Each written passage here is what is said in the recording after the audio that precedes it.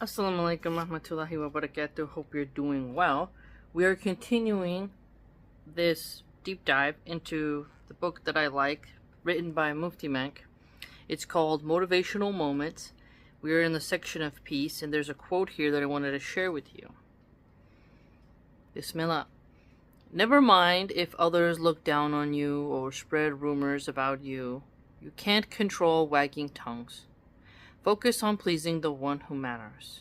And that's Allah subhanahu wa ta'ala, right? Now, looking down, this one stuck out to me because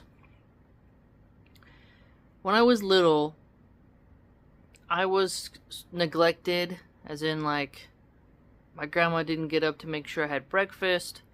My grandpa was busy, he had to go to construction jobs, so he wasn't always able to, and sometimes he just assumed that I did.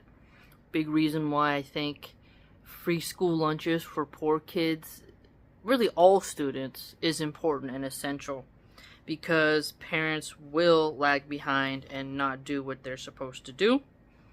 And because I was so disheveled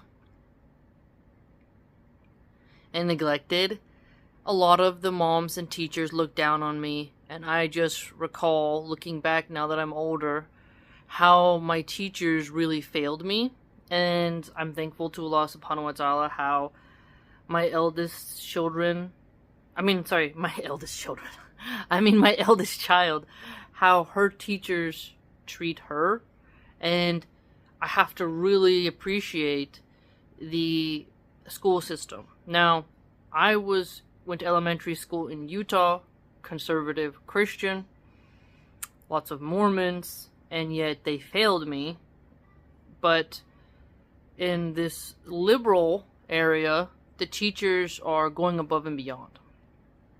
So I find that to be quite interesting, comparing my childhood as a millennial, pardon me, and being taught by majority conservative Christian women and how they let me fall behind. Whereas in California, because there are so many diverse children and everyone has encountered children from difficult circumstances, there's way more compassion. Sure, they have the annoying rainbow stuff, but at the same time, I don't have to worry about discrimination as much, especially since my daughter wears hijab. And I appreciate that, because it really does seem like in California, they don't look down upon the child for not being perfect. Whereas in Utah, there definitely was more of a strata. There was a hierarchy. There always will be hierarchies, but pardon me. The way it's done is more, it's sharp, because you're part of a white hierarchy, and the way the Christian girls that are white behave, and they have their perfect hair with their perfect clothes, good brands, and I was just like a pale kid, tomboyish, disheveled clothes. My grandma didn't make sure my teeth were brushed, although I did brush them. She still just really fell apart. It was better to be with her than to be in foster care, that's for sure. You know, she tried, but she buckled with mental illness and stuff like that.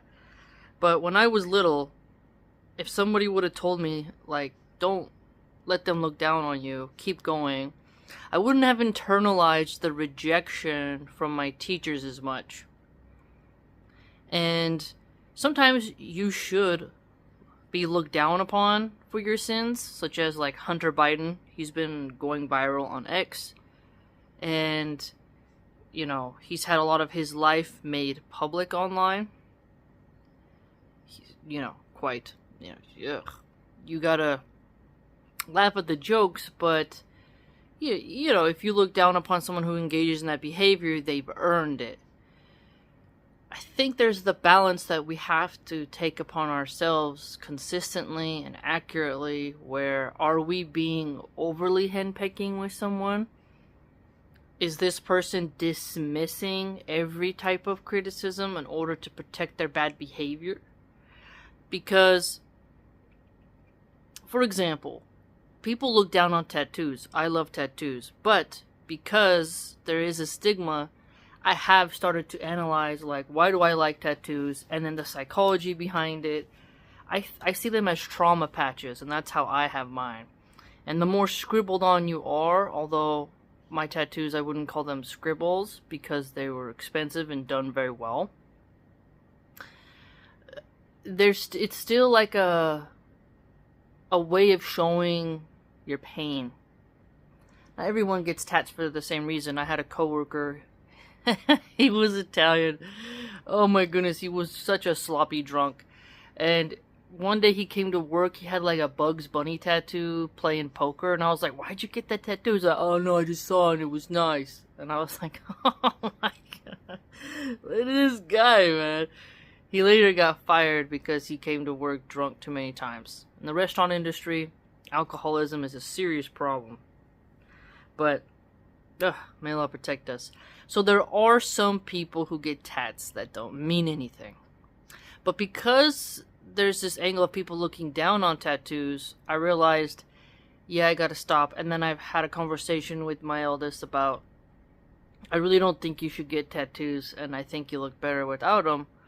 And then I watched this reel the other day where a 90-year-old had told her granddaughter that she thinks tattoos are tacky, hurt her granddaughter's feelings, and then she went and got a tattoo at 90-something years old to make her granddaughter feel better. And I was like, what's going on here? So there's so many different angles about that. But I did really analyze myself, and I thought, it depends on the person with the tats as well. There's some nurses who, they're doing some tough jobs and I've seen tattoos on them and I don't feel fear. But one time I ordered DoorDash because sometimes I'm tired and I'm like, okay, I need a break from cooking. The baby's cried a lot, and I'll order something not expensive. Just to have a moment, especially when your kids are sick. You're just like, oh, they want you to hold them all the time. You can't really get much done. And I ordered DoorDash. Dude, I opened the door. He has a tattoo of an AK on his face, on the side. And I tried not to look at it, but the tattoo wasn't even done well. It was done with what we call a prison-style needle setup. So pretty much a gang tattoo from someone who served time in prison. Because when I was around these inmates, former inmates, they showed me and talked to me and about how they make tattoo guns and, who's good and who's not. And there's a certain style of tattoo that you can tell it was done in prison or by somebody who didn't want to pay for a real tattoo dude in a professional setup, which is much more cleaner and hygienic. They make their own machine at home, and then they take it to their friends and they do it on the side. They don't buy a proper tattoo gun and they don't use quality ink. And when you do a tattoo with that, it looks really bad. Like, it doesn't heal right. The ink kind of looks fuzzy. It's hard to explain if you've never seen it. It's not smooth and crisp like as if it was an actual photograph. Like, there's some people who can do some great work. But it looked so bad, and I'm like, wow, why would you put that on your face? For some reason, the younger generations, they're doing a lot more face tattoos. And I'm like, don't do that. Especially cursive face tattoos. It's a bad idea. But the point is I was trying to think, there's so many different dimensions of tattoos that you can look down on someone for it. But it's also like,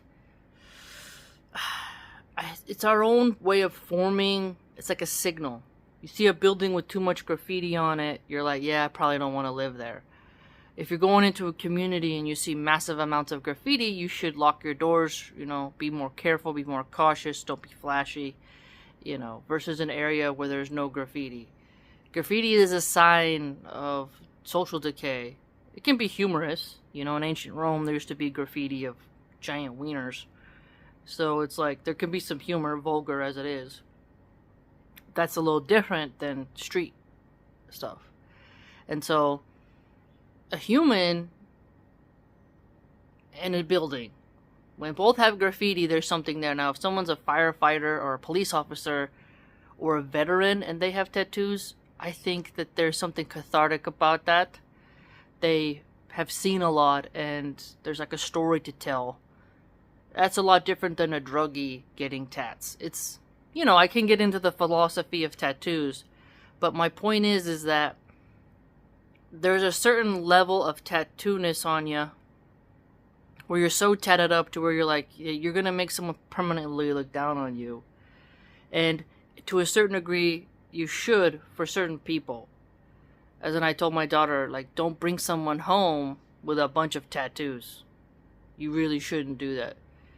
What do I mean by bring someone home? As in, it's like a old-fashioned way of being like, I want to marry this person. Now, if they're a doctor and they have a tattoo of something, it depends on the tattoo, the person. I get it, the context, and I see the deep irony, okay, in my own self. But I guess it's like,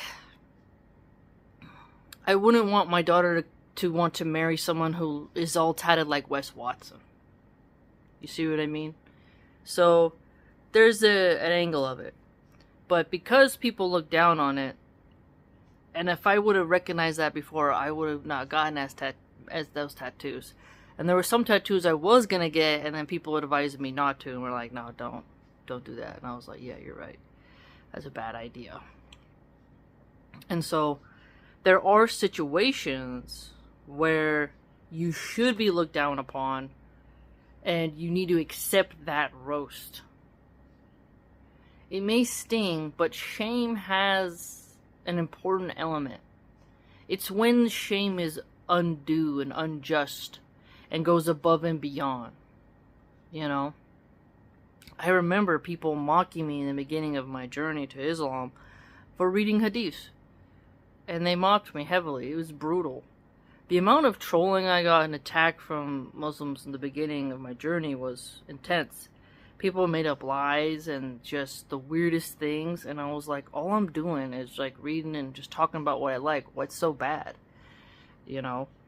But when your channel begins to grow, people want to tear you down, and then they want to kill your growth, and they have like hives and they want to destroy you. And it can work. I mean, you can't win all the time. So you have to be able to have that balance within you of, okay, they're spreading rumors, so can't take on too much, but if it's accurate criticism, then oh well. But again, pleasing Allah subhanahu wa ta'ala is really important.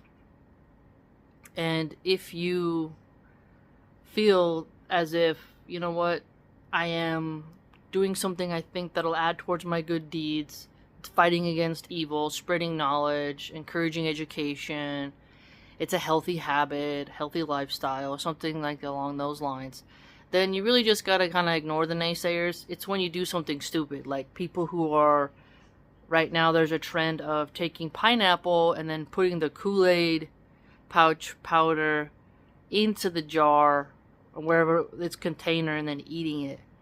I've seen like with pickles, and then with pineapple, and doctors are saying this is a lot of sugar, and that is extremely unhealthy. This is why I made the video that Christians actually made what they call goy slop. Not the Jays. Because Americans, we seem to have this bad tendency to really eat a lot of artificial stuff. You know, and we wonder why cancer rates are exploding. But there are behaviors, is my point, that you should look down upon. And if you are participating in them, you must accept that, you know, what you're doing is wrong. Like weed culture, there's a big struggle there.